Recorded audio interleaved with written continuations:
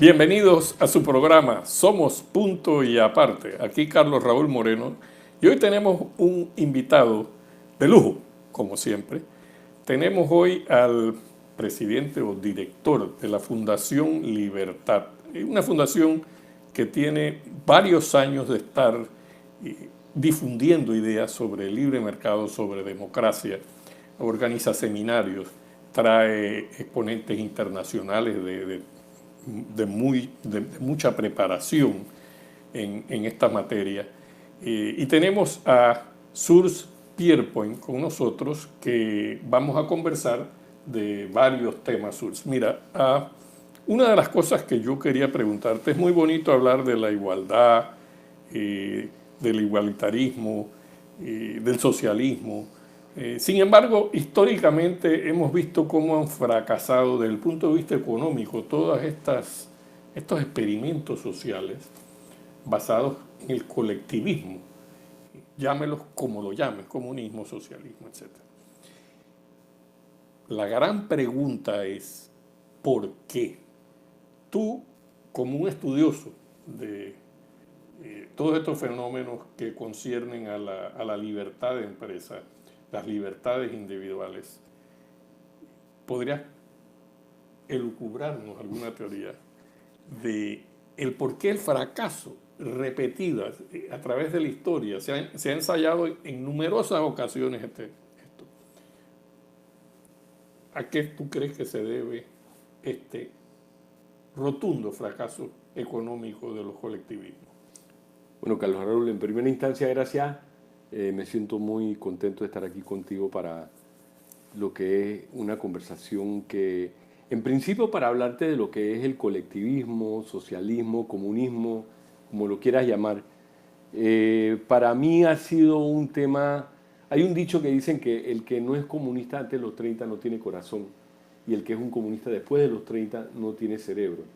Y yo he pasado por esas dos etapas, porque de joven uno tiene ese sentimentalismo del prójimo y debemos de repartir y que todo el mundo sea igual, pero como bien lo señalas, todos los experimentos han sido un fracaso en la medida de que ese colectivismo, como la palabra lo indica, lo que hace es elimina al individuo, y el individuo tenemos que reconocer que lo que aspiramos a tener es una igualdad de oportunidad, pero no una igualdad en resultado, porque eso lo que hace es nos hace todos iguales.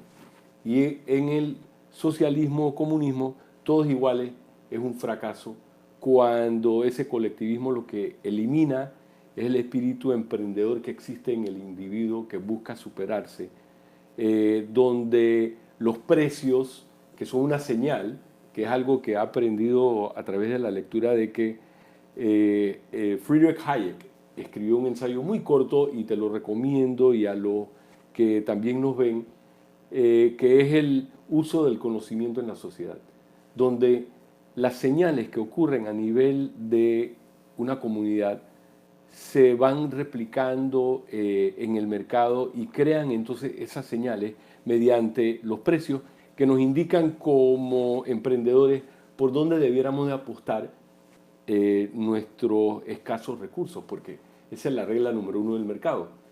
Recursos son escasos, pero las necesidades son infinitas, y tenemos que ser muy sabios en cómo vamos a usar esos recursos. Así que yo diría, así de una manera tal vez un poco larga, de que el colectivismo versus el individual, y nosotros en la Fundación pensamos en que somos pro de una sociedad de individuos libres y responsables, donde nosotros podemos, como personas, cada uno, tratar de realizar nuestro proyecto personal.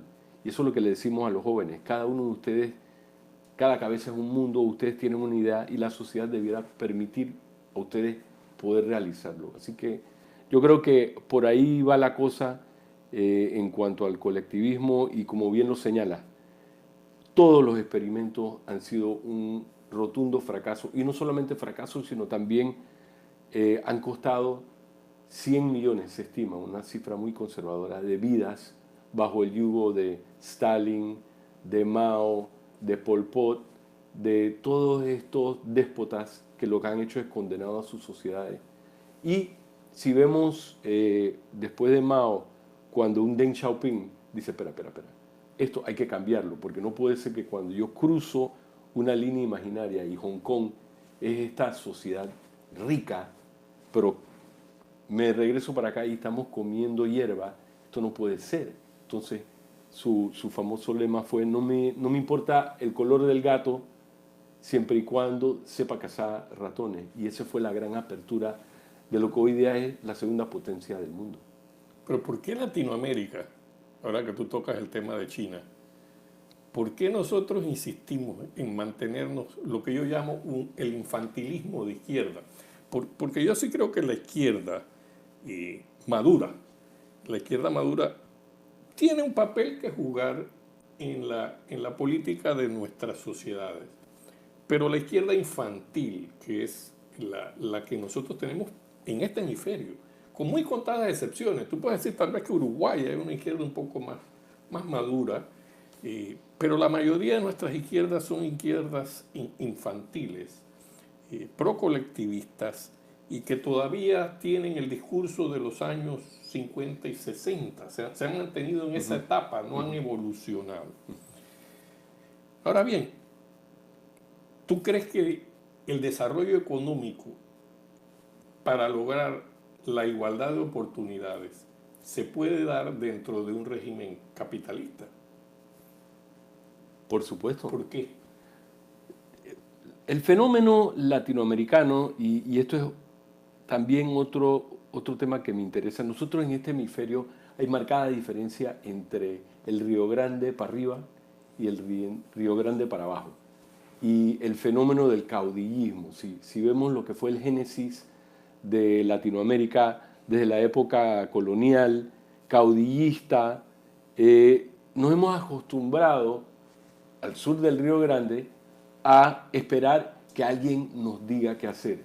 Y ese espíritu de emprendedor que al norte del Río Grande se aplaude el fracaso, nosotros acá, el emprendedor tiene que fracasar, y eso es lo que le digo a mis hijos, oye, aprovecha tu juventud y fracasa la mayor cantidad de veces, porque cada fracaso es una lección. Pero aquí la misma palabra fracaso en Latinoamérica es fracasado, no sirve, y hay mucho miedo. Entonces yo lo que pienso es que ese espíritu emprendedor, quiero ser un poco optimista y pensar que tal vez los pelados, los millennials, estos jóvenes, tienen más predisposición a experimentar con ese proyecto de vida que los apunta a ser un emprendedor. Vemos cómo ser un asalariado se vuelve más y más un problema en la medida de que todo ese andamiaje del seguro social, que desde el día 1 que te formalizas ya empiezas a pagar cuotas y tienes, o sea, no has abierto y ya tienes una carga como el patrono de un 40% encima del salario. Eso lo que hace es que empuja a mucha gente a la informalidad, porque sencillamente se le vuelve muy costoso. Así que yo quiero pensar de que estamos viendo con los jóvenes un poco más de esa visión de emprendedores y de buscar ver cómo pueden ser diferentes. Y vemos distintos ejemplos por allá, pero todavía no tenemos un Jeff Bezos con Amazon o lo que son estos experimentos de estas magnitudes, porque Jeff Bezos se montó en un carro, se fue, dejó un puesto de banquero en Nueva York para experimentar con esto que hoy día se llama Amazon. Y yo creo que ese tipo de ejemplo es lo que nuestra juventud hoy día, en este mundo globalizado, como este programa que estamos viendo a través del internet, hace que se le abran un poco más el horizonte a los muchachos. Así que quiero pensar que estamos siendo optimistas de que vienen distintos tiempos para Latinoamérica, en la medida que vamos viendo cómo el péndulo de la izquierda va desvaneciéndose poco a poco, y todos estamos esperando que Maduro vaya a podrido. Muy interesante tu conclusión. Y tocaste hasta con un punto muy interesante, que es el engranaje burocrático que traba el emprendimiento. Y el engranaje burocrático es una cosa que es un monstruo en sí mismo. que se multiplica y se reinventa de diferentes formas con tal de obstaculizar el emprendimiento. Mira, un amigo me comentaba, un amigo de joven, puede ser de los millennials que dices tú, me decía, hombre, pero es que aquí en Panamá nosotros no aprovechamos las oportunidades. Por ejemplo, los Diablos Rojos, que ya lo sacaron de circulación. ¿Por qué no hacer? Queremos turismo, pero al mismo tiempo, como tú bien sabes, Panamá es un destino turístico de 2, 3 días, 4 días, fue fuera de las compras y la visita al canal, etc. Nuestra oferta turística no es muy variada. O sea, ¿por qué no hacer un museo de la panameñidad, donde ponemos un diablo rojo, ponemos un busito de los de antaño, los pequeñitos aquellos, ponemos la chivita esas de madera, y ya ese es el área transporte, ponemos diferentes aspectos de nuestra vida, y me llama mucho la atención ese aspecto del transporte. Hagamos de nuestro sistema de transporte, que ha sido muy folclórico y muy particular, una atracción turística. En otros países tú ves las cervecerías, por ejemplo. Hay excursiones para ver cómo se hacen las cervezas. Aquí lo podíamos hacer una excursión a las cervecerías para ver cómo se hace la cerveza, y es una oferta turística. Y así lo que hace falta es la creatividad. Correcto. Yo creo que en la medida que nosotros declaremos una guerra total y abierta a la burocracia, la cantidad de trámites y pasos para hacer un emprendimiento empresarial, en esa misma medida abriremos el camino a un posible desarrollo. Y ese es el problema. El estatista piensa que el Estado debe regirnos en todas las actividades, imponernos todos los controles habidos y por haber. Y lo que pasa es que donde hay un permiso o un trámite, hay alguien que te abre la puerta y tiene un costo esa llave. Entonces, la burocracia o burocracia, que a mí me parece es algo que tenemos que combatir, es un freno a ese emprendimiento.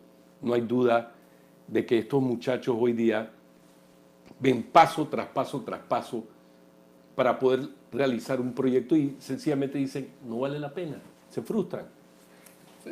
Y el que va con ideas frescas a un cargo público termina frustrado y sentado cobrando 15 y 30. Mira, te voy a poner un ejemplo. En mi breve estadía por la vida pública, que tuve como subadministrador, ahora viceministro de Asuntos Marítimos, pues se elevó a la categoría. Yo traía varias ideas frescas, nuevas, que traté de impulsar. En cosas como, yo decía, bueno, pero ¿por qué si yo quiero tener un pequeño bote para llenarlo de frutas tropicales y ir a la cantidad de barcos que están por cruzar en el canal a venderles frutas? Porque es un mercado cautivo. Si tú, aquellos que han llegado a Panamá vía aérea, te das cuenta de la cantidad de buques que en un momento dado están esperando cruzar el canal. ¿Por qué el Estado me tiene que dar una concesión? El Estado no me está dando nada. Lo único que yo tengo que tener es una lancha o un bote o un barco en buenas condiciones de navegación, que pase todos los requisitos de seguridad. Tal vez depende de la mercancía que voy a llevar, los registros sanitarios, etcétera, etcétera. Y ya, es como sacar una licencia comercial, que uno llena determinados trámites y listo, aquí está mi barco, usted puede navegar, salga usted a hacer el negocio. Esto se ve en muchos lugares portuarios, donde se provee de servicio a todas las naves que están en lugares grandes como Hong Kong. El habituallamiento. Habituallamiento, pero servicios, hay servicios odontológicos, pones casino, pones espectáculos públicos, musicales, en pequeños botes que se acodan y los marinos bajan y pasan su tiempo y gastan su dinero. Pues yo traté de vender la idea y no hubo manera de que se entendiera en 5 años que eso no es una concesión. Y la concesión tenía toda una cantidad de requisitos. Entonces luchamos para hacer licencias operativas. Porque eso es un ingreso. Por supuesto, para el país. Un área. No, para la entidad. Para la entidad. Entre más burocracia, más ingreso. Correcto. Tanto oficial como extraoficial. Luchamos 5 años para que nos entendieran que había que crear una categoría que se llamaba licencias operativas. Pero ¿qué resultó? Por eso decía yo hace un momento, la burocracia es un ente que en sí mismo se multiplica y crea sus propios tentáculos. Resulta que hicimos un reglamento para licencias operativas que terminó siendo más complicado y con más requisitos que las concesiones. Entonces, es increíble cómo la propia burocracia va creando sus propios reglamentos para obstaculizar el emprendimiento. Pero no nos vayamos tan lejos. Mi hija, la más chiquita, acaba de cumplir 18, pero los menores, para poder salir del país con uno de los dos padres, hay un proceso donde tienes que dar fe de que el padre que viaja con el menor tiene el permiso del otro padre para poder salir. Eso como se hacía antes. Un documento que se llenaba, un formato estándar, lo llevas a un notario, te lo sella y eso es lo que presenta. Ahora está automatizado. ¿Pero eso qué significa? Tienes que ir al sitio de Gobierno y Justicia, llenar el formulario, bajarlo, imprimirlo. Todavía tienes que llevarlo al notario. Encima, en Gobierno y Justicia te cuesta, es el triple del tiempo que toma, pero está automatizado. ¿Qué hemos ganado? Con tal de decir de que se automatizó, no has hecho nada. La burocracia es, a tu ejemplo, el triple de lo que era antes, pero ahora está en línea. Pero no has hecho nada y lo has hecho más engorroso. Y qué tristeza cuando uno llega al aeropuerto y alguien que no está al tanto de ese tipo de situación le dicen, lo siento, usted no puede viajar porque no tiene su documento. Eso no lo he visto en ninguna otra parte del país, porque en alguna parte de la historia de nuestro país se llevaron a un hijo, ahora todos pagamos los platos rotos. Y ese es otro de los asuntos.